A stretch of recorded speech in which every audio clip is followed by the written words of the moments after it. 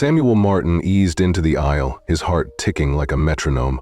The moment he slid past the curtain, he heard it loud and clear. "Step aside. First class is not for black passengers." The words cut through the cabin air, sharp and deliberate, and for an instant Samuel froze, coat half on, ticket clutched in one hand. Around him, half the seats shifted, some faces turned away, others let a chuckle slip, as if they expected him to vanish on command. He had the ticket, he had the reservation, none of that mattered now. The flight attendant who blocked his path held her smile so tight it looked like it might crack. No slur, no shouting, just entitlement wrapped in a pressed uniform. Samuel let his gaze slide over the leather seats, champagne-colored under the soft lights. He imagined the quiet hush of applause if he had been here to play his cello instead of board a plane. He had played at Lincoln Center once. He had donated to hurricane relief in Louisiana. Those facts changed nothing for the woman in front of him. She stood with her clipboard like a gatekeeper at a private club. "Sir, please wait here." Her tone was syrupy sweet. "My seat is 2A, Samuel said, voice steady but firm. He held up the boarding pass, the gold-embossed letters gleaming in the cabin light. She scanned it again, eyes flicking down to the print. For a heartbeat, her smooth politeness slipped. Then she cleared her throat and returned the pass with a nod so curt it felt like a slap. "Proceed." The air felt denser as he stepped forward. The glow inside first class was meant to feel like a spa, but for Samuel it was stifling. A young woman with platinum hair whispered over her shoulder to the pilot, "Looks like someone just bought him a seat." The pilot sipped his coffee, expression unreadable, and never looked away. Samuel moved to his row, second from the front, and reached for his bag. Before he could lift it, the attendant reappeared. "Excuse me, sir." She blocked the aisle again. "Minor discrepancy on the manifest. I'm checking it with my supervisor." His jaw tightened. "There is no discrepancy." Her smile widened, practiced. "Just a moment, please." For a long stretch of seconds, he waited. A man in 1A peered over his magazine. A woman across the aisle leaned forward, eyes glinting with curious satisfaction. No one spoke up. No one stepped in. On any other day, Samuel would have corrected them with charm, a joke, a story. Today, he just studied them. Finally, he sank into the leather seat, crossed his arms, and pulled out his tablet. He opened emails, notes for a benefit concert in New Orleans, but his mind was elsewhere. He felt every stare, every silent judgment, as if the cabin had turned into a courtroom. A man in the next seat leaned over, friendly in a way that made Samuel's skin crawl. "Mind-swapping seats? Business class is right behind." He waved a hand toward the curtain. "I'd even pay you." Samuel looked up. The man's mid-50s grin was polite, but his eyes were sharp. "I'm fine here." The man's smile stayed frozen. "Thought I'd ask." He turned back to his own seat, satisfied. Then another attendant with a silver name pin appeared. "Sir, could you stow your device? Some passengers mentioned the light might be distracting." Her voice was soft, careful. In the background, a discreet chuckle rose. Samuel stowed the tablet and sat back. The silence that followed was thick with meaning. It never had been about the light. It was always about reminding him where he belonged. Not long after takeoff, the drink cart rolled down the aisle. The same attendant poured champagne for the couple in 1A, then for the executives in the next row. When she reached Samuel, her smile flickered. "I'm sorry, Mr. Martin, but complimentary drinks aren't included in your fare class." Samuel met her gaze without flinching. "I'll pay." She paused, as though she had never expected that answer. Then she moved on without another word. He leaned back, hands folded in his lap, and closed his eyes for a moment. The world outside was drifting at 35,000 feet. Inside, every whisper, every glance, was a reminder that he did not fit the picture of their perfect first class. But what they did not know was this: Samuel Martin had built his own empire. He had investors, partners, and a reputation that stretched from Broadway stages to boardrooms. He understood power in its many forms, from the roar of applause to the subtle cut of a compliment withheld. And he had patience. He would make them regret underestimating him. The reckoning was only beginning. Samuel Martin sat still as the attendant's voice drifted over him, polite and rehearsed. "Would you like me to bring you the beverage menu?" The question floated in the dim cabin, but he barely moved. He had paid full first-class fare weeks ago, and he wasn't about to let another scripted slight slide by. "I booked a full first-class ticket," he said quietly, not loud but firm enough to stop her mid-gesture. He could feel the entire cabin hold its breath. Her smile flickered. "Yes, sir, but your fare class isn't under our platinum or premier tier," she replied too quickly, as if she'd been coached on exactly how to deflect him. Samuel Martin's eyes narrowed. "I know exactly what I paid for," he interrupted, calm but stern. The attendant's cheeks flushed just a shade before she forced a weak chuckle and wheeled the cart away, leaving him with nothing but dry air and the echo of entitlement. The man beside him, the one in the tan blazer who'd offered cash to move seats earlier, smirked into his glass. "Rules are rules," he muttered under his breath, "unless you know someone." Samuel caught the comment as the man turned back to admire his own reflection in the window. That smile made Samuel's chest tighten. Cruelty, thinly veiled as a joke, but devastating in its intent. Across the aisle, a woman in 2B sipped her wine, posture stiff. She glanced at him once, her eyes pitying but cold, then faced the window as though drawing a curtain against his presence. Samuel swallowed, resisting the urge to press the call button. He would not play their part. Angry black man, disruptive customer. One misstep, and they would have carte blanche to rewrite the narrative. When the cabin lights dimmed for the mid-flight walkthrough, he reached for his noise-canceling headphones, only to find the overhead bin empty. His heart thudded. He stood and walked 3 rows back, scanning labels on the bins, chest tightening with every head turn. Finally, in the last compartment of first class, he spotted it. His bag, cold metal buckle gleaming under the fluorescence, deliberately moved. No tag, no note, no apology. He closed the bin and turned, bag in hand, to find a woman 2 rows back, with her arms crossed and her lips in a tight line. "Is something wrong?" she snapped. Her voice was sharp, public. "You've been up and down twice now."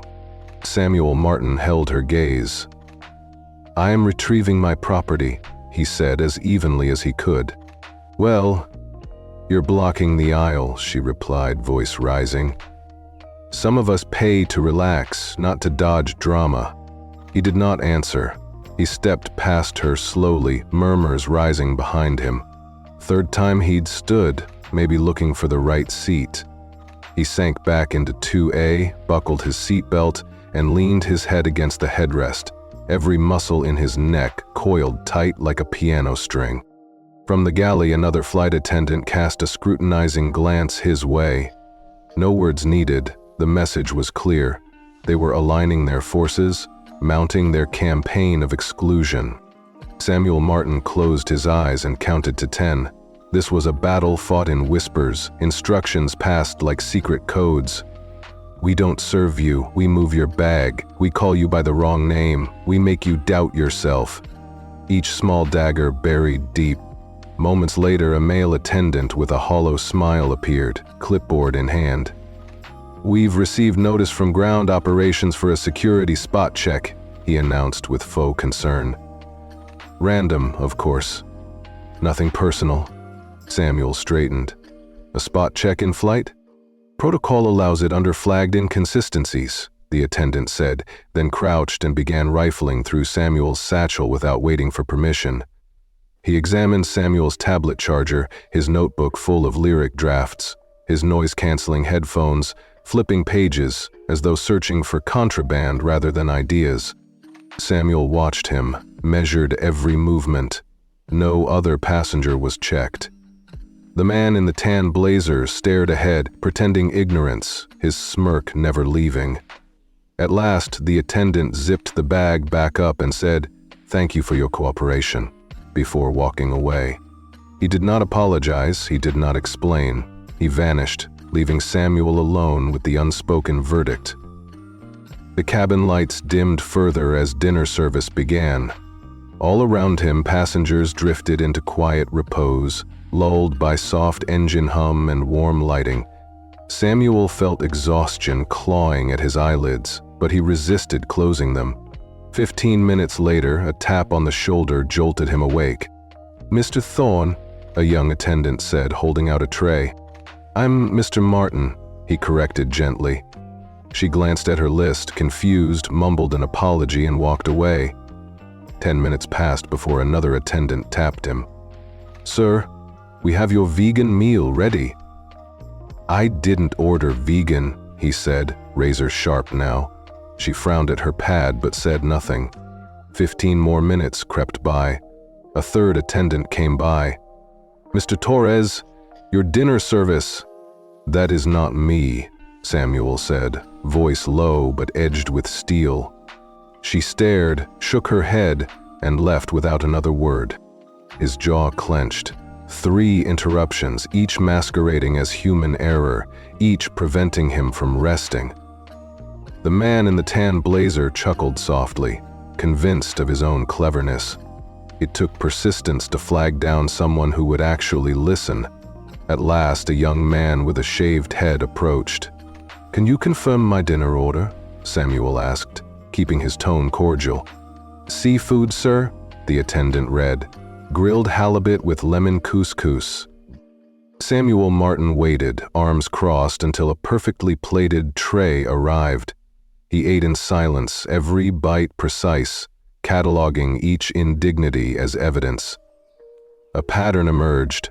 Bag moved, device shamed, drinks withheld, bin search, meal sabotage. Through the corner of his eye, he saw the blonde attendant slip past his row, bent down to whisper to the woman at the window, who nodded once, looked toward him, then turned away. She repeated the ritual at the next seat, then the next, until 4 passengers had compliant nods and knowing glances. They were orchestrating isolation, controlling the cabin narrative so that any empathy for him would be quashed under peer pressure. Samuel recognized the choreography. It was not disorganization, it was deliberate, methodical. He leaned back, fingers steepled as the curtain to the galley swayed. He would not break. This silent war had a reckoning. Tomorrow, when the plane landed in Boston, he would gather proof. Photos of moved bags, timestamps of interruptions, witness names from the rows around him, flight manifest copies, video logs if he could access them. He would build a case so indisputable that the airline's empire would feel the quake of accountability. For now, he would endure, turning humiliation into ammunition. Each injustice he suffered now would fuel his resolve. Each quiet slight would sharpen his focus. At 35,000 feet, in the hushed luxury of first class, Samuel Martin would bide his time, and when the moment came to strike back, his response would be grand, impossible to ignore. A triumph of dignity over prejudice that would leave every bystander, every culprit, cheering on his victory. His story was far from over. This was just the setup, the painful crescendo before the payoff. And the payoff would be spectacular.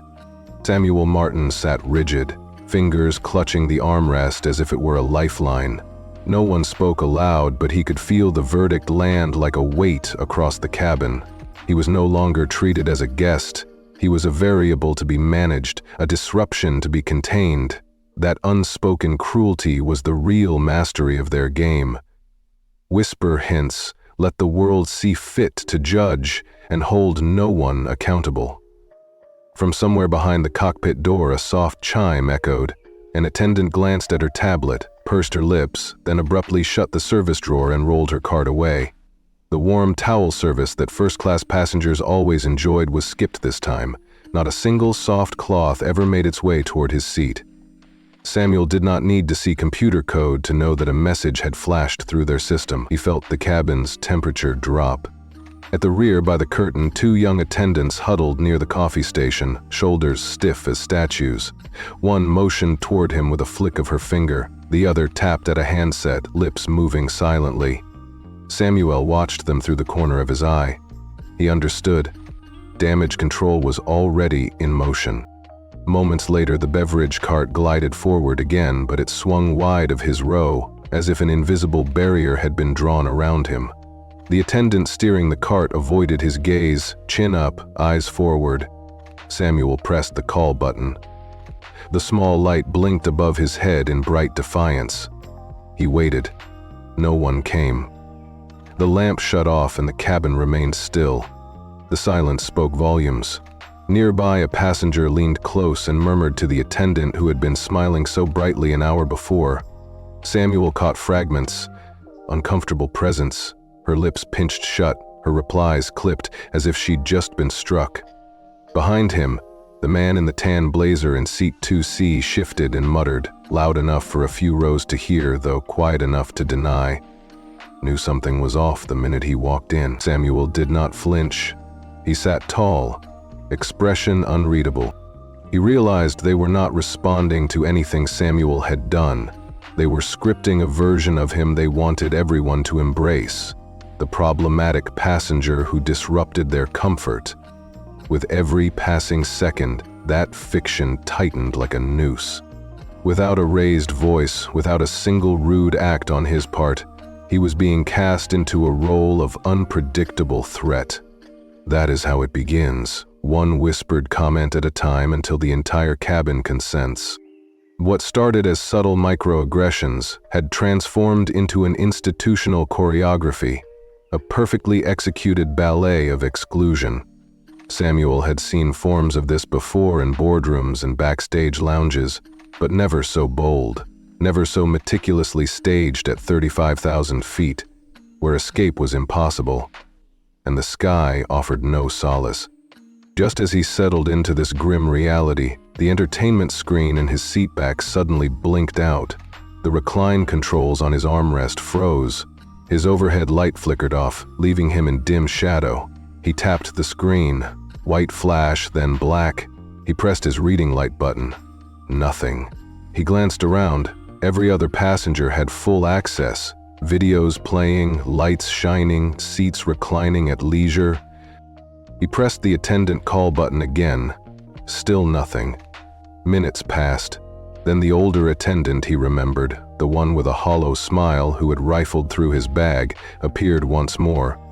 He approached Samuel with the practiced calm of someone delivering bad news he knew Samuel could not dispute.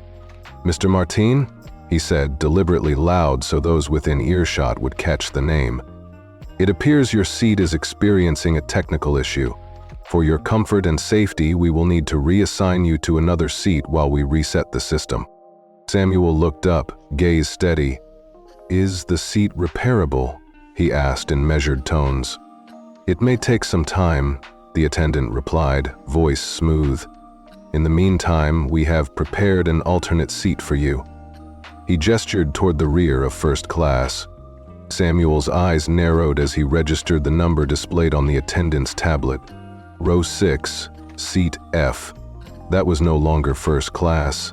It sat awkwardly at the border of the curtain, cramped and lacking aisle access. His heart sank.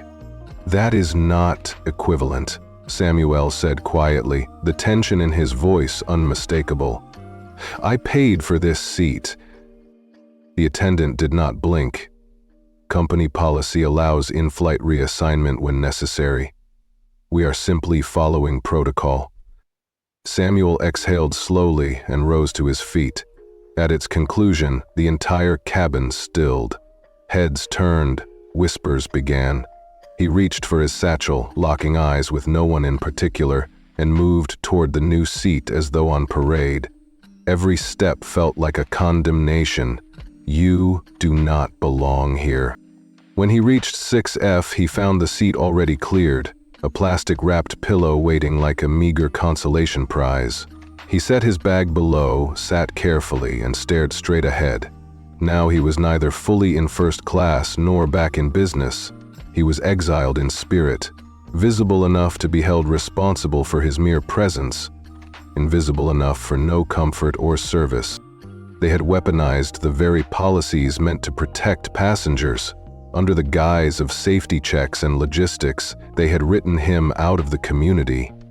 Yet inside, Samuel Martin remained unmoved, every slight sharpening his resolve. Soon, the captain's voice came over the intercom, announcing their descent toward Boston's private terminal, not Logan International, but the exclusive executive wing. The cabin barely reacted, too engrossed in their own reflections to notice the change. Polite applause greeted the landing, but Samuel remained seated, fingers laced calmly in his lap. Outside the door, stairs clicked into place. Matte black luxury vehicles idled in neat rows beneath the hatch, and a small team in charcoal suits boarded, walking with precision. The lead usher carried a sign with bold navy letters that left no doubt. "Welcome, Mr. Samuel Martin. Soundwise Foundation Executive Patron. Strategic Partner, Skyrom Airlines." In an instant, the cabin froze. All the whispered judgments, the condescending smiles, the skipped services unraveled in the glare of undeniable status. The man in 2C sagged in his seat. The lead flight attendant smoothed her uniform, panic blooming behind her practiced composure.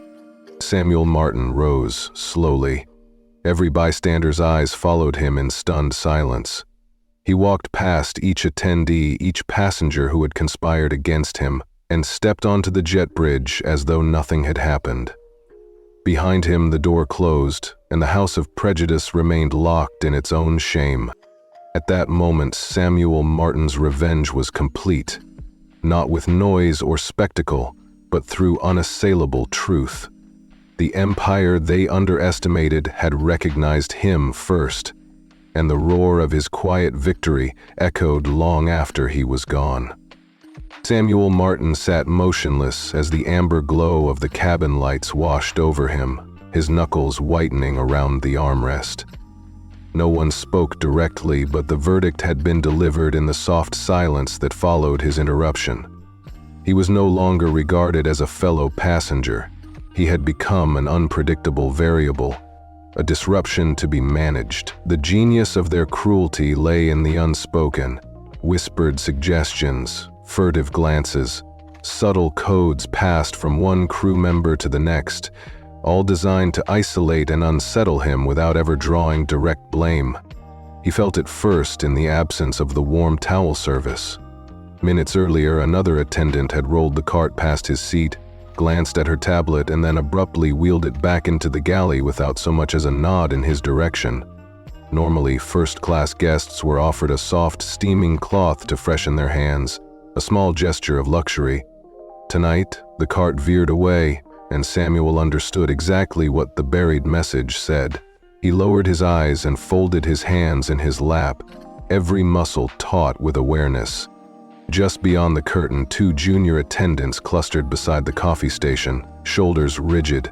One signaled toward him with a barely perceptible tilt of her head. The other tapped out an order on the crew handset. Damage control was already in motion.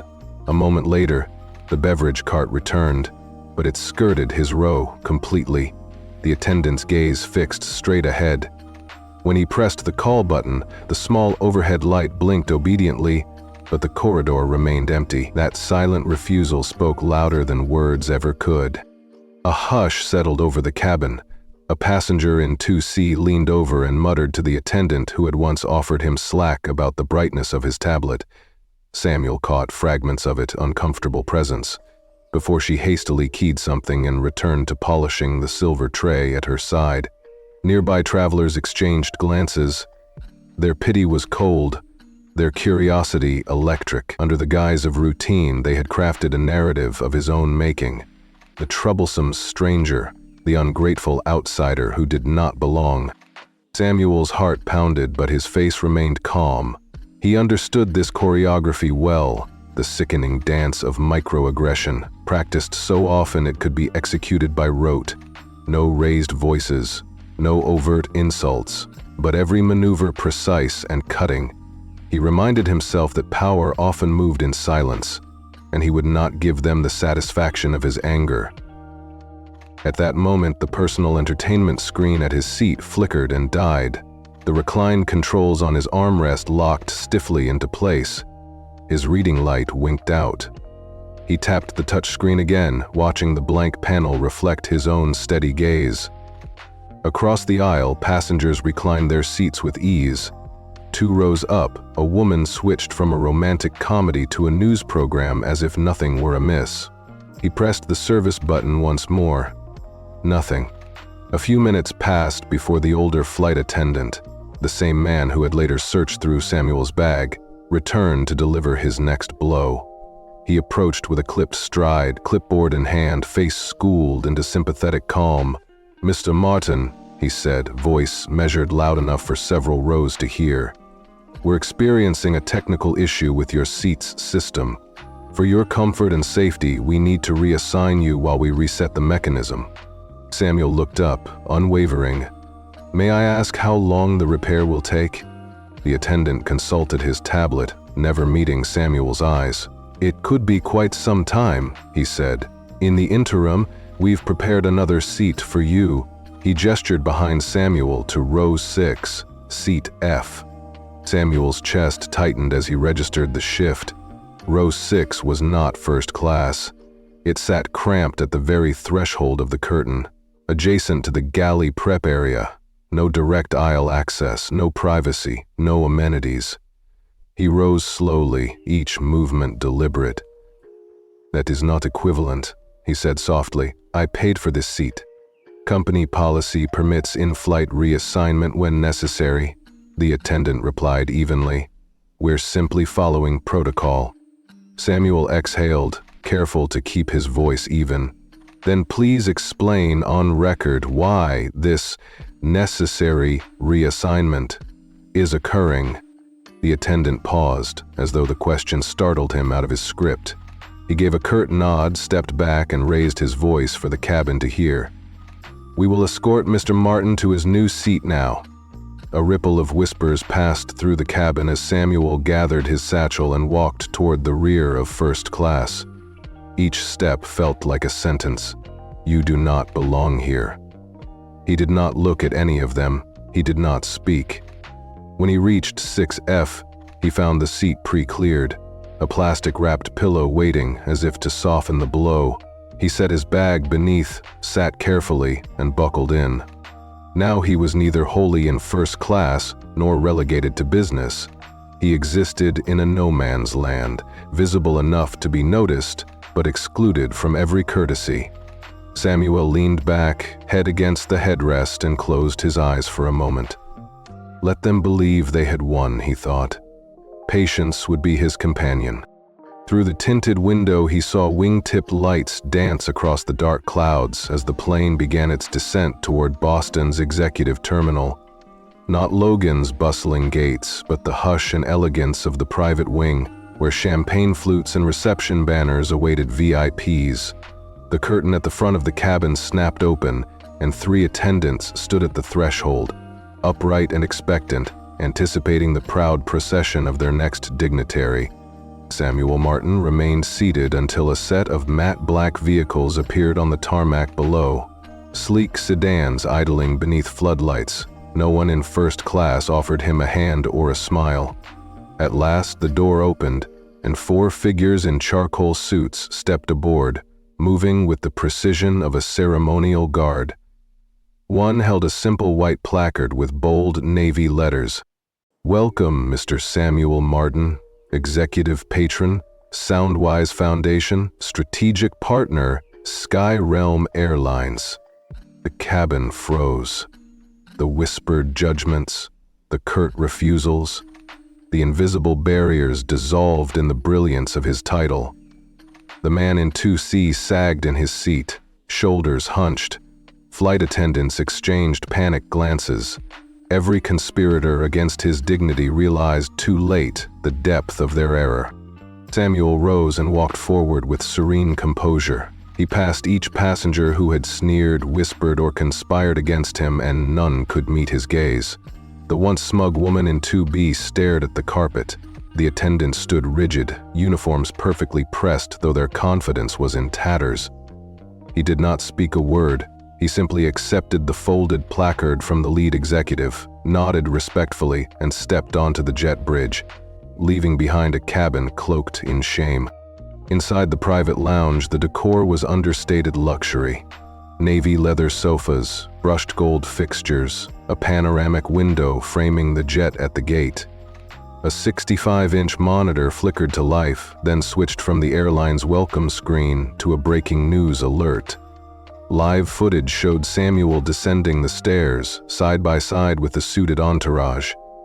The headline blazed across the screen. Wellthorne Industries terminates, $2 million 0 cents. Sponsorship with Sky Horizon Airlines after executive mistreatment incident. The subtitle scrolled beneath. Co-founder Samuel Martin was aboard during multiple violations of ethical conduct by airline staff. Official response pending. Within minutes, the story ignited every newsroom and social feed. Stock tickers at the bottom of the screen showed SkyRealm's shares tumbling by 7%. Analysts predicting double-digit losses by market close. Pundits dissected his roles: philanthropist, investor, sustainability co-chair, and now the face of a scandal that threatened to unravel the airline's image. Back on the plane, sealed off from the world yet tethered to its every pulse, the senior flight attendant hovered in the galley with trembling hands. Her phone buzzed with urgent texts from headquarters. Cease all external communication regarding Flight 217, pending investigation. She turned to the crew, voice shaky. Do not speak to the press, do not comment. No one posts, no one speaks. Passengers sat in stunned silence, eyes fixed on the crew.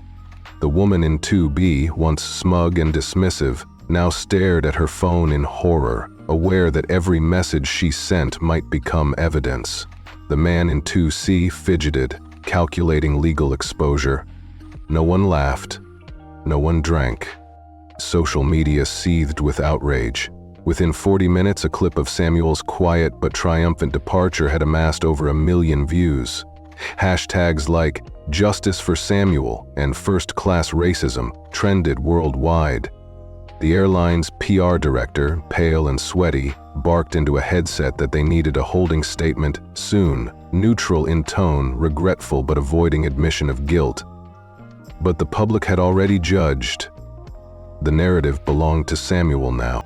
That night at SkyRealm's Crisis Center, Vincent Ryland, the CEO, sat at the head of a polished walnut table, tie loosened, suit wrinkled, staring at the teleprompter script for a press conference that felt painfully hollow. Under harsh lights 2 floors down, he apologized to Mr. Samuel Martin with clipped sincerity, acknowledging failures in basic human decency, and announcing suspensions and ethics reviews. Cameras flashed, reporters leaned in. Yet the apology rang empty against the weight of evidence. Claudia Emmons, the lead flight attendant who had orchestrated Samuel's humiliation, found an email waiting on her phone less than an hour later. Access revoked, termination proceedings initiated. She sat on the edge of her apartment bed, uniform still crisp, staring at the cold text. Her husband stood in silence, knowing no words could erase what had happened. Other crew members tried excuses, blaming following orders or pleading scapegoat status, but their social feeds were flooded with screenshots and timestamps. You served silence, the posts read. Now be invisible. He had not raised his voice, he had not staged a scene, he had simply existed, calm, composed, unbowed, and the world had done the rest. And for those who would dare again to underestimate him, remember this. Sometimes the most devastating act of revenge is not a thunderous roar, but the quiet reclaiming of one's own worth. Samuel Martin's reckoning had been written in each subtle slight he endured and in the triumphant silence of his departure. On the third day at Skyrealm's headquarters, the CEO received a note. 6 words read, "Thank you for showing me clearly how the system works from the other side of the ticket." That note ignited sponsors to yank a $2 million partnership, lawsuits filed, regulators investigating. Soon, a nonprofit training center opened where former flight purser Claudia Emmons confessed she weaponized politeness. At a Chicago gala, an emerging artist credited Samuel Martin, "Art doesn't chase revenge, it builds justice." Above the stage, a screen displayed, "I just need them to understand who they're treating." His silent victory reshaped First Class forever.